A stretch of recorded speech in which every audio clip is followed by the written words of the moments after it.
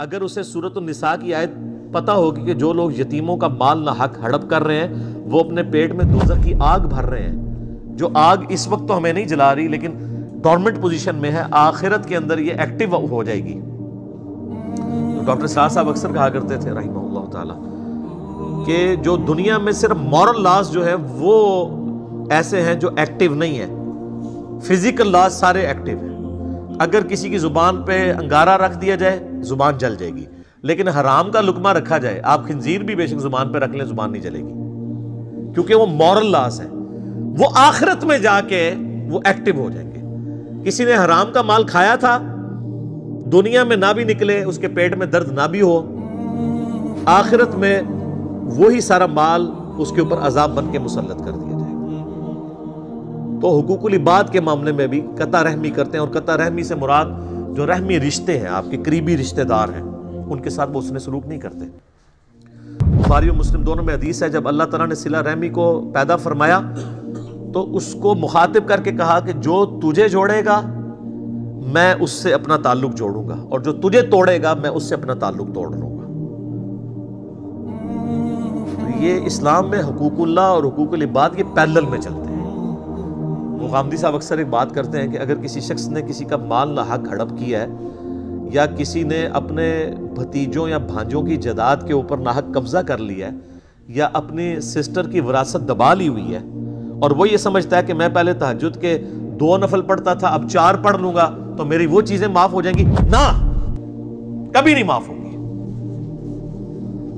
آپ خانہ کعبہ میں تکبیر اولیٰ کے ساتھ پوری زندگی بھی نمازیں پڑھتے رہے، ایک پیسہ بھی کسی کا دبایا وہ معاف نہیں ہونا۔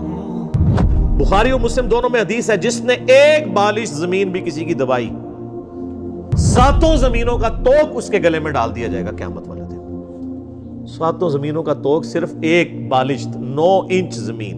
یہاں لوگ پورے مکان ہڑپ کر جاتے ہیں، پلاٹ ہڑپ کر جاتے ہیں لوگوں کے، اور وہ لوگ یہ سمجھتے ہیں کہ ہم 1 لاکھ بندوں کا دسترخوان چلا کے جو ہم نے لوگوں سے زبردستی زمینیں ہتھیائی ہیں اور اپنی ہاؤسنگ سکیمز بنائی ہوئی ہیں، یہ 1 لاکھ لوگوں کو روزانہ کھانا کھلانا، 1 ارب لوگوں کو بھی روزانہ کوئی کھانا کھلائے، اللہ کو فرق نہیں پڑتا۔ اللہ کے کرائٹیریا ہی بالکل ڈیفرنٹ ہے۔ یہ امپریس ہو جانا کسی کی نیکی سے، یہ تو میرا آپ کا معاملہ ہے نا۔ اسی لیے مسلم شریف میں حدیث ہے، اللہ تمہاری شکلوں اور مال کو نہیں دیکھتا، دلوں اور اعمال کو دیکھتا ہے۔ یہ کیا کس لیے تھا؟ شکل جتنی مرضی معصوم نورانی بنا لو، مال جتنا مرضی اللہ کی راہ میں خرچ کر دو، اللہ نے تو یہ چیک کرنا ہے یہ کیا ہے، کس چکر میں کر رہا ہے۔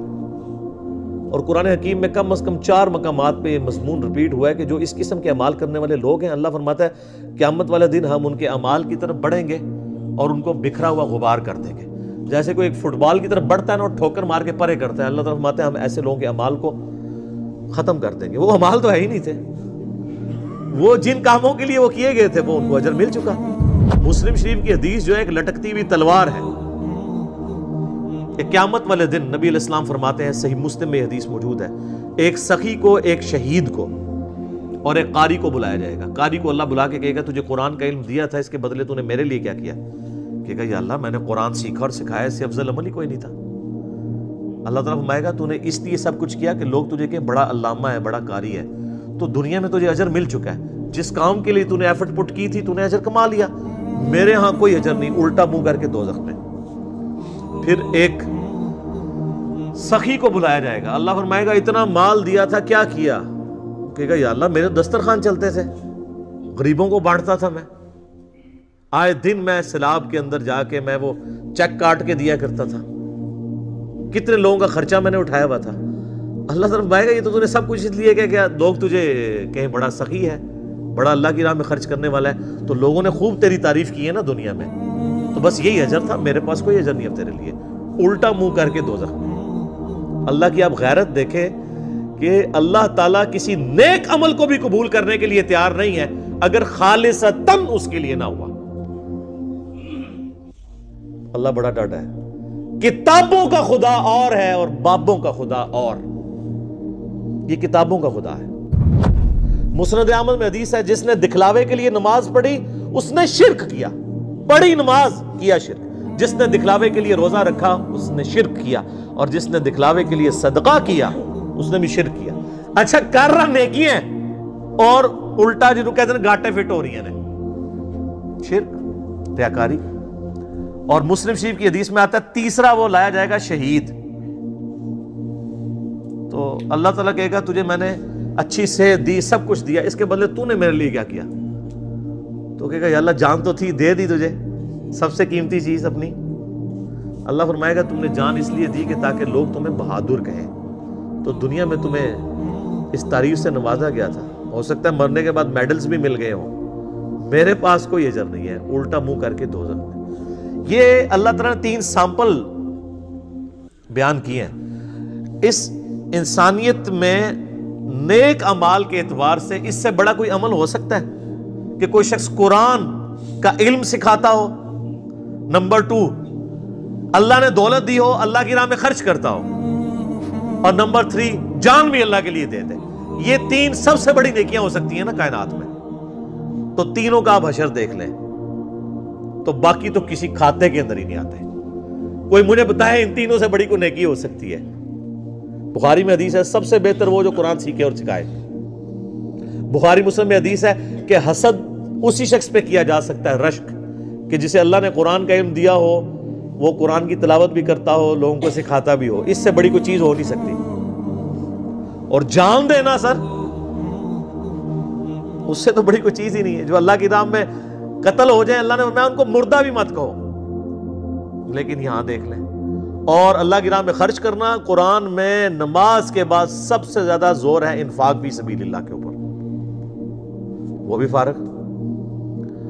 تو یہ ساری چیزیں کسی نہ کسی کیٹیگری میں حقوق العباد کے اندر لائی کرتی ہیں۔ تو یہ ایسے لوگ ہیں جو قطع رحمی کرتے ہیں، وَيُفْسِدُونَ فِي الْأَرْضِ، اور زمین میں فساد مچاتے ہیں۔ فساد تو خود ہی ہو جائے گا نا، جب آپ کسی کی حق تلفی کریں گے تو وہ بڑا ہو کے خود کو حملہ آور ہی بنے گا نا، آپ کے اوپر بدلہ ہی لے گا نا آپ سے۔ جب آپ کسی کے ساتھ زیادتی کریں گے تو زمین میں فساد فی الارض تو ہوگا نا۔ یہ یاد رکھیے گا، معاشرہ 2 چیزوں پہ چلتا ہے، احترام جان پہ اور احترام مال پہ۔ جس معاشرے میں جان کی حفاظت نہ ہو اور مال کی حفاظت نہ ہو، وہ معاشرہ سٹیبل نہیں ہو سکتا، چاہے وہ جتنا مرضی بڑا مذہبی معاشرہ ہو۔ اور اگر معاشرہ بالکل لا مذہب ہو لیکن احترام جان اور احترام مال ہو، وہ معاشرہ چلے گا جو آپ دیکھ سکتے ہیں یورپ اور امریکہ، کتنے لوگ سکون میں ہیں۔ آپ کے کتنے پرہیزگار لوگ بھی وہاں جا کے کہتے ہیں جی ہم نے تو وہاں دیکھا جی ہر چیز طریقے سے چل رہی ہے، ہوتے وہ مسلمان ہیں لیکن وہاں کی تعریف کر رہے ہیں۔ کیوں؟ مذہب نہیں ہے لیکن احترام جان اور احترام مال ہے، عدلیہ آزاد ہے، ہر شخص کو حق ہے کہ وہ اپنا مقدمہ پیش کر سکتے ہیں، کسی کی جرت نہیں ہے کہ وہ اپنے سٹیٹس کی بنیاد کے اوپر کسی کا حق غصب کر لے، کسی کو ایک تھپڑ بھی مار دے۔ سر یورپ اور امریکہ میں پولیس والا اگر کسی کو تھپڑ مار دینا تو پوری زندگی کی تنخواہیں جوڑ کے وہ جرمانہ نہیں ادا کر سکتا۔ یہاں سرعام پٹائی کرتے ہیں،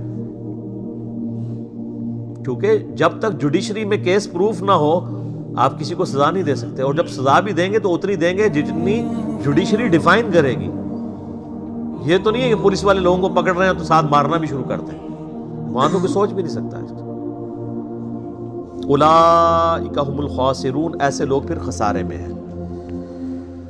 بڑی اہم آیت آ رہی ہے، آیت نمبر 28، کیف تکفرون باللہ، تم کیوں کر اللہ کا انکار کر سکتے ہو؟ کیسے کر سکتے ہو اس اللہ کا انکار؟ وَكُنْتُمْ أَمْوَاتًا فَأَحْيَاكُمْ، کہ تم مردہ تھے اس نے تمہیں زندہ کیا۔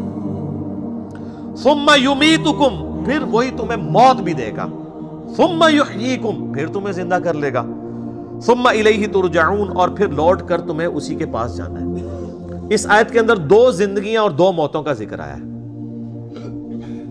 جس سے ہر زی روح کو گزرنا پڑتا ہے۔ اللہ تعالیٰ نے جب روحوں کو پیدا فرمایا، جسم تو بعد میں دیے گئے نا ان کو، جن سے روحوں سے عہد ہوا الستو بربکم، اس کے بعد انہیں ایک نیند سلا دیا، موت۔ وہ پہلی موت تھی جو ہر ایک پہ طاری ہوئی۔ پھر اللہ تعالیٰ اس دنیا کی زندگی میں اسے ماں باپ کے ذریعے پیدا کرتا ہے، یہ اس کی پہلی زندگی ہوتی ہے۔ اس سے پہلے جو تھی وہ تو روحیں تھی نا، روح اور جسم کے ساتھ تو زندگی یہ بنی نا۔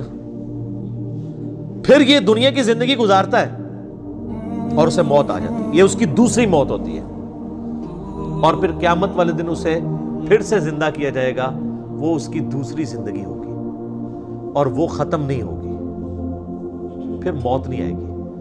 اسی لیے سورہ المؤمن پارہ نمبر 24 میں آپ دیکھیں گے کہ کافروں کو جب دوزخ میں ڈالا جائے گا نا، تو وہاں وہ اللہ تعالیٰ سے ایک ریکویسٹ کریں گے، اور وہ کمال کی چیز ہے۔